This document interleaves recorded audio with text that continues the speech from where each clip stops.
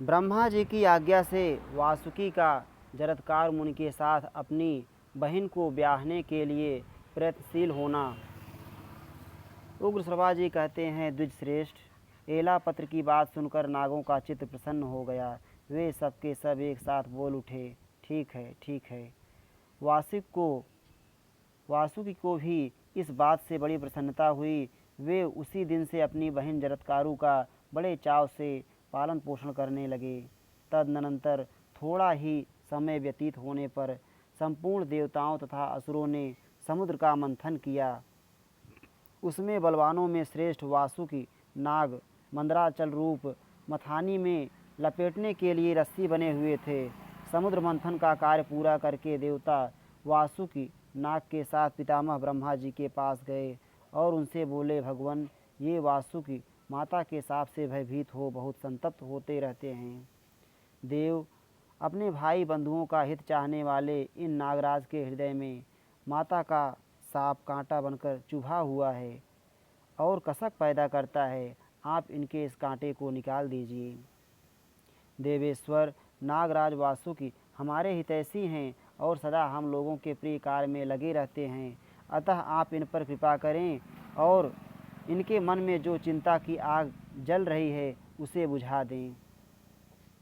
ब्रह्मा जी ने कहा, देवताओं, एलापत्र नाग ने वासुकी के समक्ष पहले जो बात कही थी वह मैंने ही मानसिक संकल्प द्वारा उसे दी थी।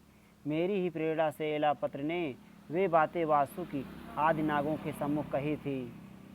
ये नागराज समय आने पर स्वयं तदनुसार ही कार्य करें।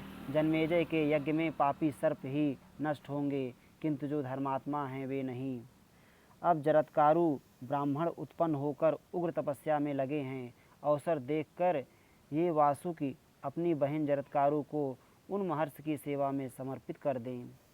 देवताओं, एलापत्र नाग ने जो बात कही है वही सर्पों के लिए हितकर है, वही बात होने वाली है, उससे विपरीत कुछ भी नहीं हो सकता। उग्रश्रवा जी कहते हैं, ब्रह्मा जी की बात सुनकर साप से मोहित हुए नागराज वासुकी ने सब सर्पों को यह संदेश दे दिया कि मुझे अपनी बहन का विवाह जरत्कारु मुनि के साथ करना है। फिर उन्होंने जरत्कारु मुनि की खोज के लिए नित्य आज्ञा में रहने वाले बहुत से सर्पों को नियुक्त कर दिया और यह कहा, सामर्थ्यशाली जरत्कारु मुनि जब पत्नी का वरण करना चाहें उस समय शीघ्र आकर यह बात मुझे सूचित करनी चाहिए, उसी से हम लोगों का कल्याण होगा। इस श्री महाभारते आदि पर्वणि आस्तिक पर्वणि जरत्कारुन्वेषणे 39 अध्याय। इस प्रकार श्री महाभारत आदि पर्व के अंतर्गत आस्तिक पर्व में जरत्कारु मुनि का अन्वेषण विषयक 39वां अध्याय पूरा हुआ। श्री राधा वल्लभ लाल की जय।